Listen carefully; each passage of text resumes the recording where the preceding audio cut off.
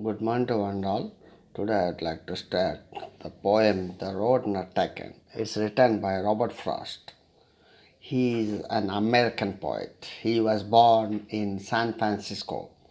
He is the 20th century modern poet. Though he is a modern poet, his poems are traditional. Let us discuss about his other relevant information. He receives Pulitzer Prizes for poetry.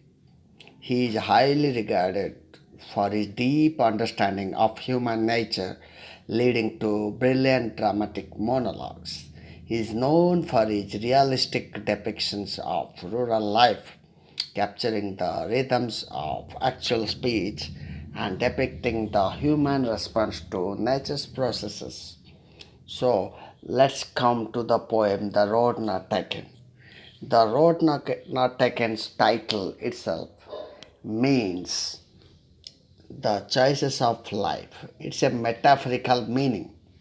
Here the poet describes three things common experience by himself and by people. Uh, then it's completely metaphor, and the poem consists of autobiographical elements. His own experiences he describes. So, one day the poet traveled all alone and reached a point where the road forks into two. Forks into means splits into or divides into.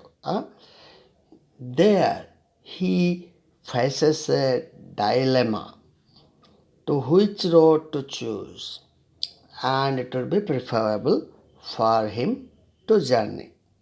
He is in dilemma that he is unable to decide to which to follow. That is why he stands there for long and he gives a careful thought and he sees the first first one which is bent in the undergrowth, or you can say amidst small plants. Here, the poem's first stanza means the way of life a person chooses. Okay, the, the it depends on the person, uh, and the poet feels the same. So he thinks for a while by observing the first road, and then he sees the second one, then took the other as just as fair and having perhaps the better claim. It means the poet thinks that the second road is as good as the first one, but the second one is a little better according to the poet because it was covered with grass and uh, less people traveled. Less people traveled. And here the poet feels that it is better one. Though at the same time he felt that as far as that point, it too had been trodden in the similar way. Here the poet says that metaphorically the person has to choose the way of life. It may be easier or tougher. It is up to you. Okay, now let's move to third stanza. And both the morning equally lay in leaves no step had trodden black. And on that morning, both the roads looked tempting because no leaves had been trampled black. So the poet thought uh, to keep the first road for the other day. Means to travel the first road in any other day. In any other day, which leads to another one. It might not be possible to cover both the roads at a time. So the poet decided to take the second road. And the poet thought whether he was able to complete the second road completely or not. Then the poet feels that after the ages from now, he would be telling about his decision with a sigh of relief. Okay, there the forked roads in the wood, he took a journey. He took the road that was less traveled by the people. But this made all his life differences. That means the poet tells that you choose a decision of life which is better one. This is up to you. So a decision once taken cannot be undone. So once you have taken a decision, you can carry forward with.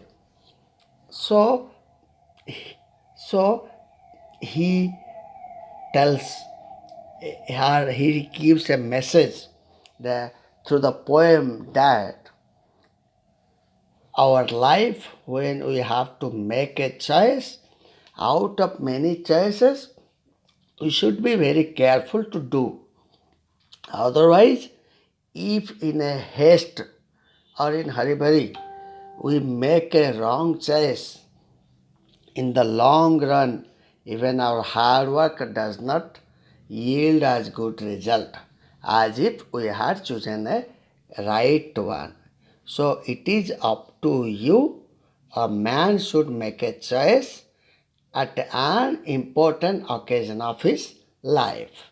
So the theme of this lesson is, so you must choose a life which is comfortable for you. Now, let's move to literary devices of this poem. This poem is the poem's rhyme scheme is A B A A B.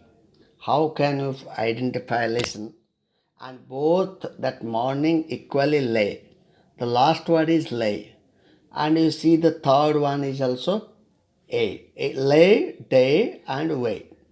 First, third, and fourth are similar rhyming words. So these are similar. And second, the black and back, they are similar rhymes. So the rhyme schemes are A B A A B. Now this poem is completely symbolizes, the road stands for the choice of life. So it represents, imagery is nothing but represents objects, actions, and ideas. And it is a physical appeal to the reader. Or you can say in the other name, symbolism. Now let us discuss the second literary device, that is none other than metaphor. The title itself is metaphor. The road not taken. It stands for the choices of life.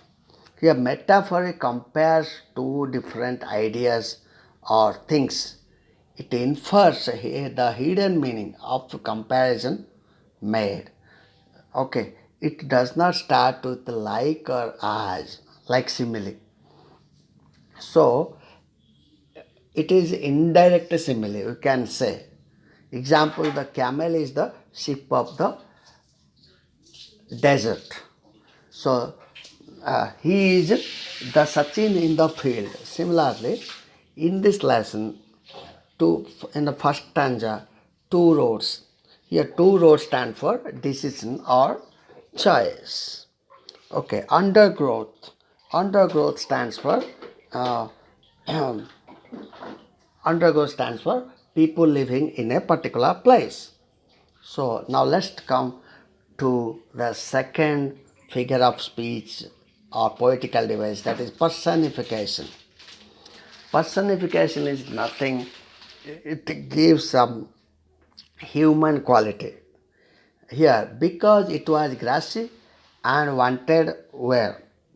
Like human quality, grass is not a person. Okay. So grass wants something. Someone, somebody wants to work. So this is personification. Now let's move to repetition. So repetition is nothing but a repetition of the same word or phrases. Here, in one line, somewhere ages and ages hence. It is in the fourth stanza. So ages and ages are repeated. So it can be considered as a repetition.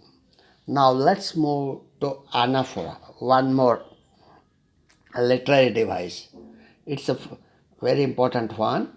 Anaphora means nothing but a beginning of words. Beginning of words. I mean, and be one traveler, long I stood, and looked down one as far as I could. Here, and they are repeated. In consecutive lines, if two same words are repeated in beginning, initial ones, they are called anaphora. Next, move to enjambment. Enjambment is nothing. Here, look at here. And sorry, I could not travel both and be one traveler. Up to that, there are no punctuations. If in a line there are no punctuations, up to second one, that is called enjambment. In third line also similar, and looked down one as far as I could. It's also enjambment. Now, next literary device is simile. Simile is comparison between two different things or two different persons. At least one quality is similar. It starts with like or as. It is direct one. It is very easy to find out. Here, then took the other just as fair. So the other is the second road. Second road is compared to the first one. Just as fair. It is as good as the first one. So it can be considered as simile.